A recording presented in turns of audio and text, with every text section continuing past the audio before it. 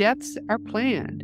Before we come into this lifetime, we plan 2 or 3 exit points. Usually one is in childhood or early, maybe teens. One is in middle age and one is in old age. Near-death experiences, people can only go so far, and then they get told you can't cross this barrier or you'll be dead and won't be able to go back to your body. What happens when someone actually crosses that barrier?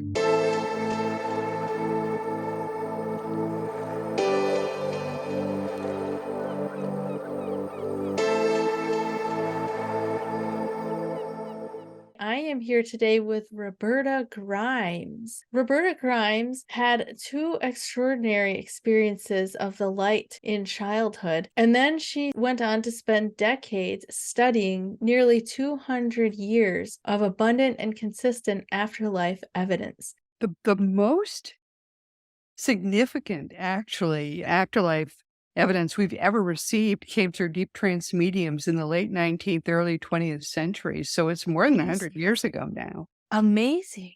Yes, isn't it amazing? And most people don't even know it exists. I mean, we couldn't duplicate it today. And the books that exist in now it's buried in libraries, way in the back stacks. Most people don't even know it's there. But when I was first doing this, which was 50, 60 years ago, you could still find them in used bookstores. You could find these books. So I bought a lot of the books for pennies. Wow, amazing. So, and of course, me being raised in a Christian environment, I had no idea of this. So I'm really curious to know what some of these books were and who some of these channels were. The one that actually was my favorite was Gladys Osborne Leonard. I bought all her books. Okay. And she was carefully studied by several people, actually, whose names I don't recall at the top of my head, but they thought that they were doing some groundbreaking science, actually, because what happened with these mediums was that they would withdraw from their bodies and their guides would take over and start speaking. But they had your loved one right there with them. Maybe it was someone who had just died very recently. And so that they would be talking with your loved one right there with them. It was much more efficient than this mind reading that mediums do now. Which frankly, I don't really believe in what they do now. So I probably shouldn't say that too loudly. It was very, very efficient and very detailed. And it was the people who studied them would be carefully writing down everything that they said, and as I say, all the spectacular detail, which we don't get now.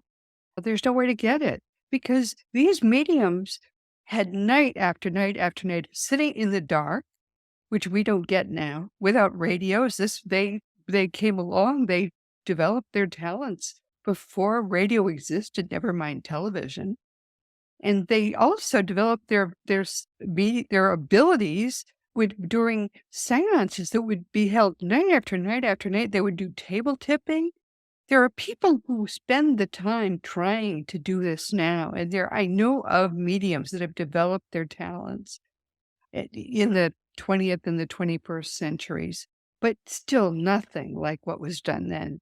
I mean, the tales of what mediums were able to do in the late 19th century, those tales are really boggling, almost unbelievable now. So all of this is news to me. I've been studying near-death. Yeah, I mean, I've been studying near-death experiences for almost a decade, and but I had never heard of this, that there are all of these trance channels from the 19th century. See, near-death experiences have nothing to do with death. They are a different, wonderful phenomenon. But what happens during a near-death experience has nothing to do with death. Raymond Moody is a wonderful, wonderful man. He coined the term, but he said the reason he called them near-death experiences is they don't have anything to do with death. They're a phenomenon that happens when your body is very stressed, very often. And sometimes it won't even temporarily support life. So they're out-of-body experiences. is what they really are. And often you are traveling in what's called the astral plane, which is where we go after death. And they're lovely experiences, and they're in the nature of dreams more than anything, very vivid dreams. And the experiences that you have are given to you often by your own spirit guide or spirit guides, in some cases, multiple beings. And they're beautiful experiences tailored to you, but they tell us nothing about what happens after death, not at all. Mm. So we can't learn anything from them except that, and this is very important, except that you can easily leave your body. Your body, your material body and your astral body easily separate. That's big. That's huge. That tells you everything. That tells you that you're never gonna die. Isn't that wonderful? It is spectacular. I remember how I felt when I first discovered that, my first near-death experience story that I read. But I would love to dive into what you're saying here and learn what the difference is between, well, you've kind of shared what's the difference between a near-death experience and actual death. But for those of us who have been studying near death experiences to learn what happens in the afterlife, and we have no idea of what these trans channels have shared, could you get into that a little bit? What actually does happen when we die? Actually, for most people, death is a very similar experience in every case. There's an actual process that happens, planned to death, and deaths are planned. Before we come into this lifetime, we plan 2 or 3 exit points. Usually one is in childhood or early, maybe teens. One is in middle age and one is in old age that our higher consciousness can take and we want to leave as soon as possible. We don't want to stay here. This is not fun to be here. We'd rather go home. And our higher consciousness chooses usually about a year ahead of time which exit to take. And people, if you look back after a planned death, you usually can tell that they had planned to leave at that time. They're wrapping up their lives. A husband will tell his wife what the passwords were. People will be contacting people they hadn't talked with in a long time, and people can usually tell people were wrapping up their lives. It's hard for a body to get to the point of actually releasing. So people often have to be, you know, broken down. The health of the person has to break down. And my book on this topic is called The Fun of Dying. And I can't tell you how many people have been angry with me about that. Death is not fun. It's not fun. Well, it isn't fun to get there. But by the time you get within a day or two, it starts to be fun because usually most of the pain is gone and you're ready to go. When you're actually within about a day or two of dying, something really amazing happens. It's called terminal lucidity, and many people have it. Maybe you were in a coma. Maybe you were very, very sick. Maybe your brain was totally fried, but suddenly you wake up. And often you start talking normally to the people in the room. Now, maybe they haven't been able to talk to you normally for years, but suddenly you sound perfectly normal and almost as if you're ready to leave the hospital. It's fantastic. That's a sign that your death is actively begun. And what seems to be the reason for it is that your mind is starting to separate from your body, which is to me kind of exciting to think about. And usually in that period, people will see in the upper corners of the room people they had not seen in 40, 50 years, mom and dad maybe, and they look young and healthy. And when you start seeing mom and dad in the upper corners of the room, you know you are going someplace fun because mom and dad must be just fine. So are you. And at that point, most people stop talking with the people in the room. They start talking in their mind with the people who have come for them. And at that point, as I say, you stop communicating with the people in the room, but you're talking with that's why the communication breaks down. That's okay. And usually then it kind of gets quiet. People are holding hands and stuff. Maybe people are praying. And then people who are awake during this time talk about a feeling as if there are strings inside their body that are letting go. Doesn't hurt, but it's a funny feeling. I think of it as unvelcroing. We are made like those Matryoshka dolls, Russian dolls, and that's what's happening. We are separating inside our bodies. The the part that's leaving is separating from the part that's staying, which is this outer material body, which is usually pretty crappy. You don't want to keep this old body. You want to leave it behind. So starts in your fingers, goes up your arm, goes up your legs, and gathers in your chest. And then it leaves from your chest or sometimes from the top of your head. It looks like a mist. And this is a very predictable thing. It leaves and then it seems to disappear. Although sometimes it looks like it stays in the room, sometimes for days. But this is a very predictable thing that happens at death. When the mist leaves the body, that's a time of death. Very often, that's the exact moment of death, although not always. But that's an amazing moment when the mist leaves and then it seems to disappear. It hasn't disappeared.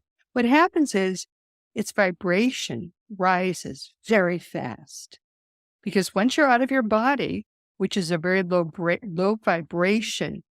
We'll talk about vibration in just a minute, but it's a very low vibration substance. You are very high vibration naturally, and when you're free of your body, you start vibrating much higher. And so the people around the room who are in these low vibration bodies suddenly can't, you're vibrating higher than they can see. That's why they can't see the mist anymore. But you then form into a body in the room. Some people can still see the body, but you're naked. Then your mind makes clothing. And those people who were in the corners of the room come down and hug you. Mom, Dad. And they look solid to you suddenly because you are high enough vibrating to really see them looking solid. That's a moment of reunion. This is all happening in the room. And they then try to get you to leave with them right away. That's your moment of death. Now, there's something that has attached that mist to your body for your whole life. It's called the silver cord. That comes from the Bible. They saw this stuff long ago, thousands of years ago. When that breaks, that's your true moment of death. And you leave, but you stay in the same place.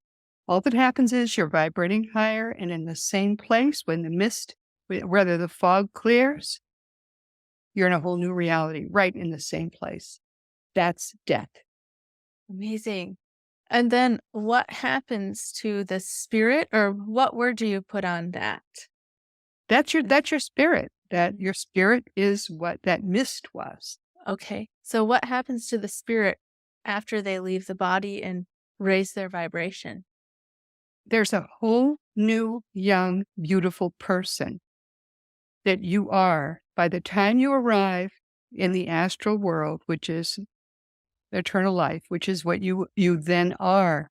By the time you get to the afterlife, which is in the same place, as I say, I can't emphasize this strongly enough. We don't go far. It's just we're in a higher vibration.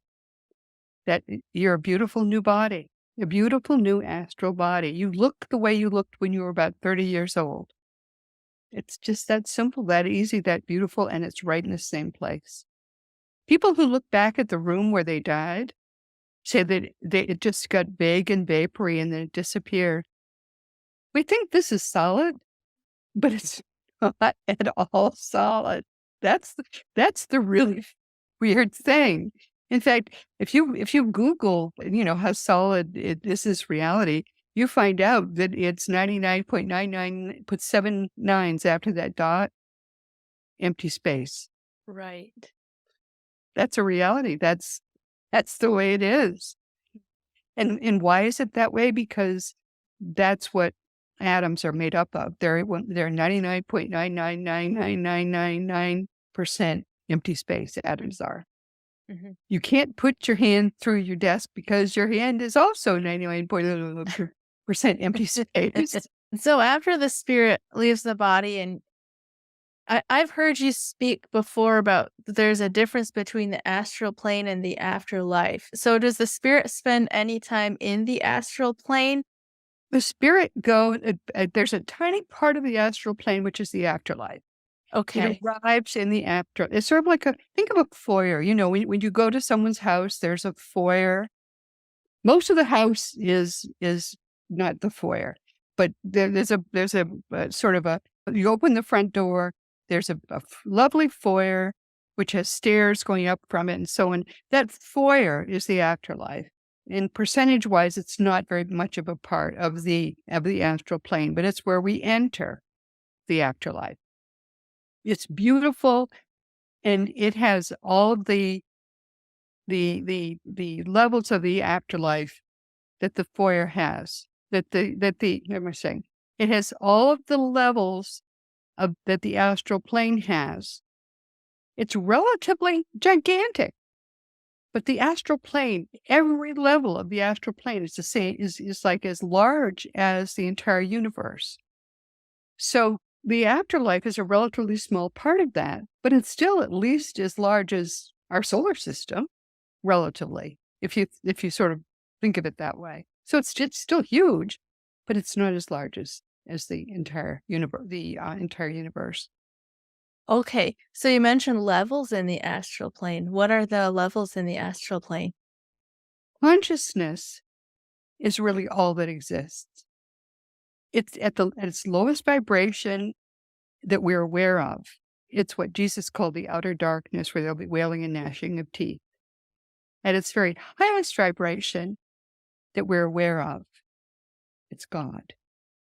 And there are all these levels of vibration in between. We enter the afterlife at what we think of as level 3. Now, there are infinite sublevels. There are probably thousands of sublevels, but we, for convenience, name 7 aggregate levels. 7. So the lowest aggregate sublevel is the outer darkness. Above that is level 2, which is a little better, but still pretty lousy. But at least there are houses there, and it's a little brighter than dark. Levels 3, 4, and 5 are what the Vikings called the Summerland. It's beautiful. It's very earth-like, lots of flowers, more colors by far than we know of, because they go beyond the colors of that we know of on Earth. They go beyond the colors of that we have in our light spectrum. Many, many more colors. Beautiful. Level 3 is where nearly all of us vibrate. Most of us don't go above the top of level 3, but many of us can gradually. And I should just say parenthetically, we come here to learn to vibrate higher, to raise our spiritual vibration. That's the reason we come here. And we don't know that, though. It's trial and error trying to understand why we even come here, but that's why we come here. And the teachings of Jesus are about learning how to raise our spiritual vibration. That's really what they're all about. Learning to love and forgive is how we raise our spiritual vibration. So we try to get to level 4 and get to level 5. At the top of level 5, we are able to raise our vibration without having to come to the earth. Level 6 is what they used to call the causal or the mental level. There is where we do a lot of things learning to prepare to get to level 7. Level 7 is what we used to think where God was, but the true God is even above 7. Even above all of those levels is where the true God is. But that's really what it's all about. I mean, it's all about learning to grow spiritually, learning to raise our spiritual vibration. But the lowest vibration of all is all the negative emotions, fear, hatred, anger, all of the negativity. The highest vibration is perfect love, infinitely perfect love. It's that simple. But it's that hard to do. I mean, raising your vibration is not a piece of cake, but it's worth working at. That's what I was going to ask you next. You mentioned that we come here to learn to raise our vibration, and we have to get from level 3 to level 5 to stop coming here. So, what's the best way for us to raise our vibration while we're here? Learn to love perfectly, learn to forgive completely. And it isn't easy. There are tricks to it, though. I wrote a trilogy, The Fun of Dying, The Fun of Staying in Touch, and The Fun of Growing Forever. And the third book in the trilogy, The Fun of Growing Forever, is about how to raise your spiritual vibration using the teachings of Jesus to do it. There are some Eastern teachings which also teach you to raise your spiritual vibration. There are a variety of ways to do it, but the easiest way really is the teachings of Jesus, learning to love perfectly, learning to forgive completely. It's really that simple. Forgiving is the hardest part. And learning the trick to forgive. You want to know the trick to forgiving? Yes, please. There is a trick to it. As you can imagine, there has to be a trick to it because gritting your teeth and forgiving people is very hard. Because once they've done something and you already are mad about it, that's very hard. So the trick is prevenient forgiveness, learning to forgive before anything bad ever happens. And the way to do that is to learn never to be bothered by anything ever again. And the way that you do that is that whenever you think something is going to bother you, is before it does, before you register that you're upset, is you immediately, and you do this with your arms, you gather it all up. You know, you have a brother who makes you crazy, and he's always leaving his stuff all over the place. But as soon as you see that he's going to be, you're about to walk in and see the mess he always makes, you immediately gather all that stuff that he does, and you put him in it too, and you make a nice tight ball, and you push it away, and you say, "I love you, I bless you, I forgive, and I release," and you push it away. And if that doesn't make you feel peaceful, you do it again, and you keep doing it. And the reason that works is that your mind is very, very, very lazy. And the reason you're upset about him in the first place is you taught yourself to be upset.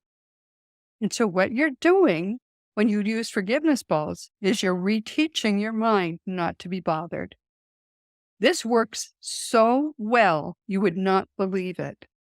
If you use forgiveness balls to reteach your mind never to be upset, you truly never will be upset again about anything. People cut you off in traffic, nothing. I used to be I used to have a hair trigger temper. It's hard for me to believe I ever did.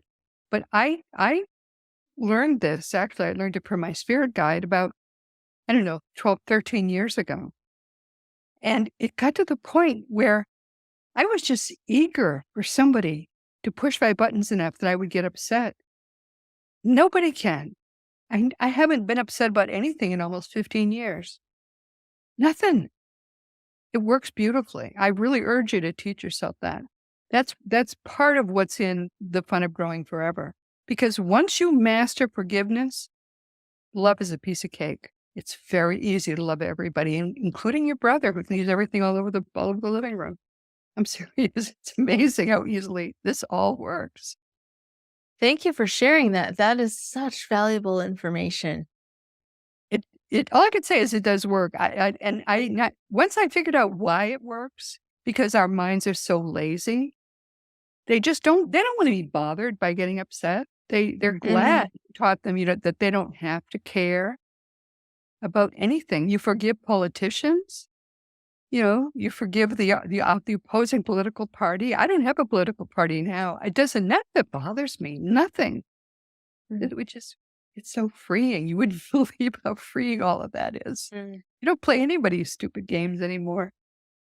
I do believe it because there's this spiritual text called A Course in Miracles that Yes. It fits right in. It fits right in. Yes, and basically the message is that the path to enlightenment is forgiving everyone and everything and seeing it That's the as miracle. innocent. That's the miracle in in the Yes. miracles. Yes. Forgiveness. Let's switch gears here a little bit. I've heard you speak in a previous interview about near death experiences, how people can only go so far, and then they get told you can't cross this barrier or you'll be dead and won't be able to go back to your body. So I'm wondering, what happens when someone actually crosses that barrier? They're dead. And they are dead. People need to understand that we are we are energy beings. The reason our bodies are alive right now is that we are energy beings inside these material bodies.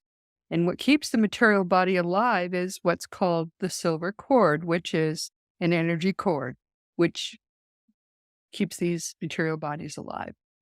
We can easily leave these material bodies. In fact, most people, it may be arguably all people, leave for part of every night. We leave these bodies, the body's sleeping, you don't remember it. We almost never remember it, but we travel out of it. So often we just leave and it's sort of like you slip out of your material body, you sit around in your living room, your bedroom somewhere, and you have a cigarette, you're relaxing because you don't want to be in that material body all the time. It's very confining.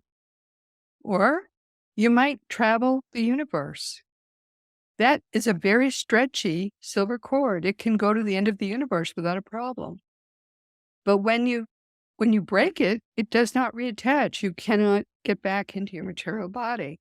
So if you're having an out of body experience, which is what that's what a near death experience is, you cannot go to where the dead are. It's a one-way trip. So if you are having a very extensive near death experience and you go to when you're very near where the dead are, you're told, hey, you got to turn around and go back because if you keep going in this direction, your silver cord will break. You will enter where the dead are, and it's a one-way trip. Now, some people say that's what I want to do, and they say, okay, welcome. You're now dead. But that's it. You can't ever re-enter that dead. They will find that you are in the morning. You have died. And what happens from the perspective of the spirit once they cross that barrier? Welcome home. Everyone has a party. It's fine. It's just fine. They have entered the afterlife earlier than was expected, but they go through the welcome process and it's fine. They've entered the afterlife sooner than was planned, would be the case if they deliberately committed suicide. And in fact, they have just committed suicide. So there's counseling, there's some issues. It's not ideal. It's much better if you wait until your actual exit point is reached. Much better. Suicide is never a good idea. I can't stress that strongly enough. But it's not awful. You know, some people think that if you commit suicide, you're going to hell. There is no hell. So it's fine. Do you think that some of the hellish experiences might be from the low vibration level that you were speaking about, the outer darkness that sometimes people's. No, they're fantasies. They're like if you have a bad dream, that's all they are. They're usually cases. I've read some of those. I've read quite a lot of near-death experiences, actually. I was trying to understand them back in the 80s when they first were popular. They usually are situations where people have not been living the most ideal life, and their guides were giving them experiences to help them get on a better track. But they're not. There's no real place, which is hell. No version of a real place is hell. No, the outer darkness is something else. If you can't forgive, and this is a great reason to learn to forgive, if you cannot forgive, your vibration will gradually slow, and you will find it harder and harder to maintain even level 3. You will have harder and harder time maintaining level 2. And if you can't hold level 2, you'll slip down to level 1, and lo and behold, you're in the outer darkness. And when you die, actually, when you or I die, if you're a strong level 3 or higher, probably a 6th level being will approach you and say, "Will you help us do rescue work?" And you'll say, "Yes, happy to help." They will take you into the outer darkness, and because you're someone that people who are in the outer darkness will be able to see. They can't even see higher level people. And so you will go around and you will talk to the people in the outer darkness, and you will say, "I have someone with me who wants to help you. Because sooner or later, people in the it's boring, not just as it's cold, dark, smelly, and disgusting in the outer darkness. It's really boring. There's nothing you can do there. It's really, really dull. So the 6th level beings who are trying to rescue them know when it's about time for them to come out, and they'll you will help them to find people who are ready to come out. And so when you point out to you're doing rescue work with a 6th level being, when you point out to someone in the outer darkness, "Hey, this guy with me would like to help you," you will be able to help them see the person with you. Otherwise, they can't see that person. So that's the kind of rescue work you can do, which is very useful. A lot of people do rescue work when they first arrive in the afterlife because their vibrations are still gradually rising to where they're going to end up. If you have done wonderful work in this lifetime and you entered it at level 3, but now that you come back, you're really level 4, it'll take you a little while to fully raise your vibration to that point, and they will be so thrilled to have you help them do rescue work. Look forward to that. Mm. That's beautiful. I've heard people who have out of body experiences helping with rescue work as well. Yep, that's true. They do that then too. So are you familiar? You probably are, but are you familiar with Dolores Cannon and Michael Newton? Mhm. What's your viewpoint on their work, the structure of the afterlife that they've sort of created through their hypnosis sessions? Is that similar to what you've also discovered, or is it different? I think it's somewhat different. I haven't looked lately at what they've done. There's a website called Seek Reality, which we've used, where we have used exclusively what people who live in the afterlife have told us to construct a pretty detailed view of what the afterlife is like. Mhm. And so I guess I would have to refresh myself with what they've done because what we've built is sort of the broadest view of it.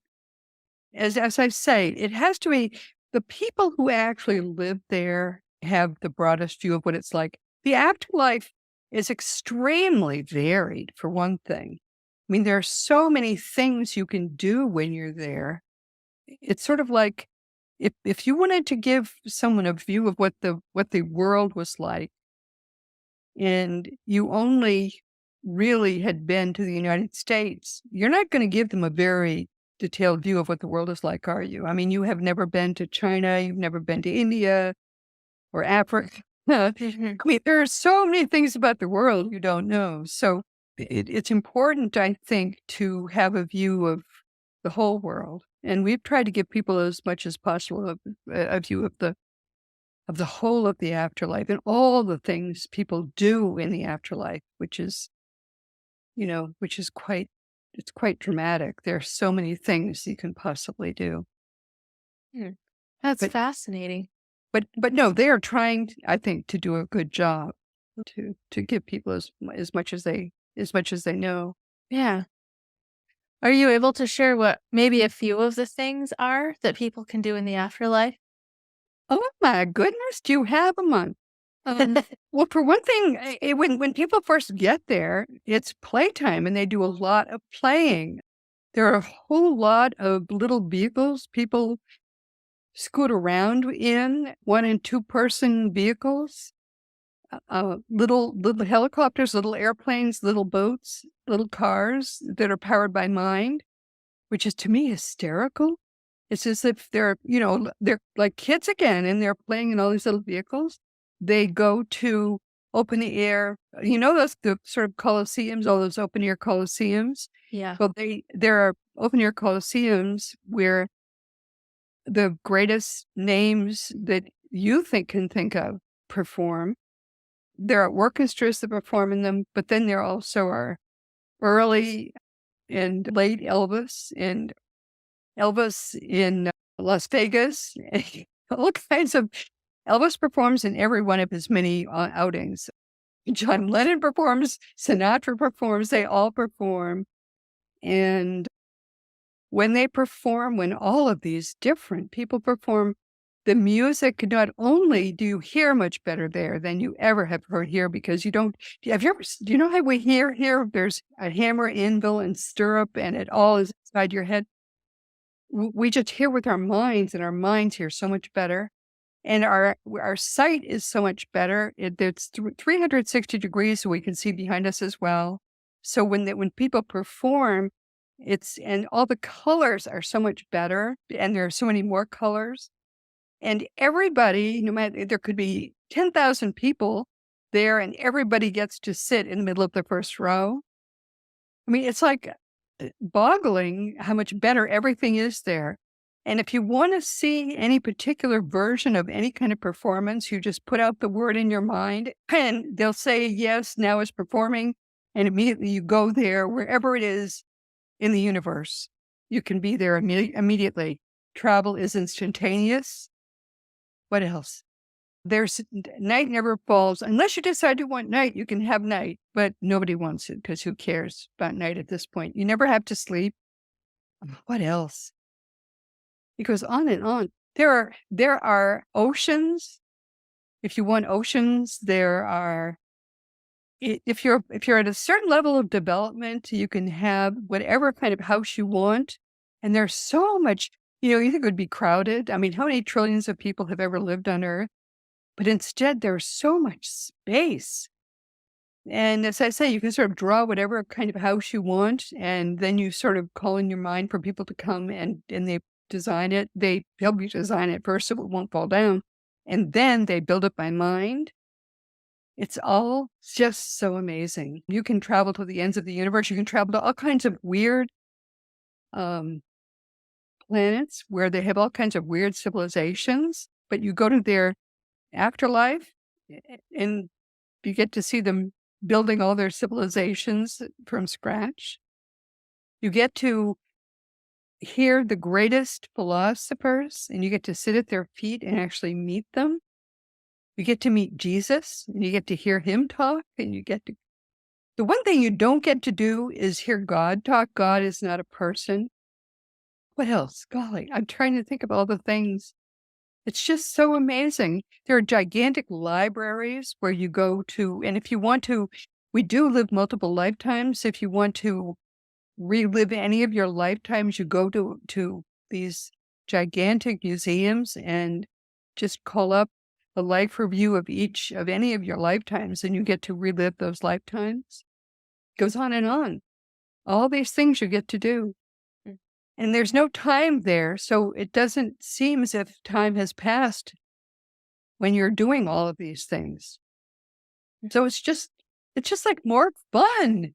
It's endless fun. There's a Wild West sort of, you get to relive the Wild West. You get to relive Dickensian England. There probably are other places too, but those are the ones we hear about. Mhm. And there you have it. It goes on and on. Mhm. Well, Roberta, thank you so much for sharing with us. And I've been so engrossed in this conversation that we didn't even talk about your mystical experiences that you had as a child. We've got a few minutes left here. Would you like to briefly share about those? Well, when I was 8 years old, I woke up in the middle of the night and knew there was no God, and I was terrified. And I heard a voice that said, "You wouldn't know what it is to have me if you didn't know what it is to be without me. I will never leave you again." And that's how I know, A, there's a God, and B, everything will be fine. And And that's what got me started. I never had told anyone till I was in my 40s that there was that I ever had that experience. But that's how I know everything is in God's hands and I am safe. And how would you define God? Because you just mentioned that this experience where you were reminded of the existence of God, but you've also said that God is not a person. So how do you define God?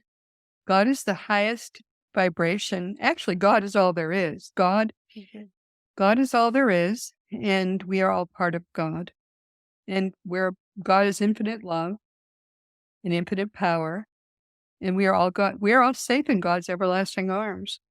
There's nothing to be afraid of. God is all joy and God is all love. Mm.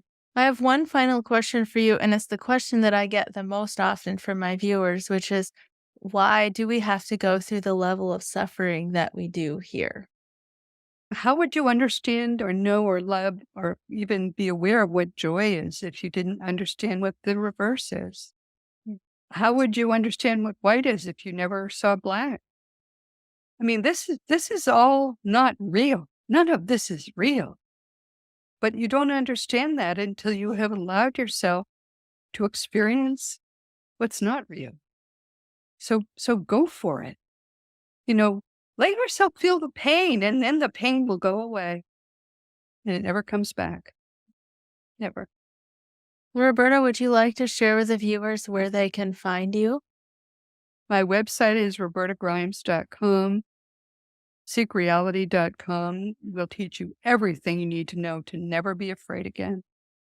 teachingsbyjesus.com will teach you what Jesus taught and free you from Christianity's fears. And for now 10 years, I've been doing a podcast. And you can find it at webtalkradio.net or just about anywhere else. It's called Seek Reality with Roberta Grimes. Perfect. I'll have those links in the description. Thank you so much for being willing to have this conversation. Well, thank you for inviting me. You've been a lot of fun to talk with. Thank So you, have dear. you. I've been honored to have you on and learn about your experiences, which are very unique to me. I haven't talked to anyone who's studied the things that you have before.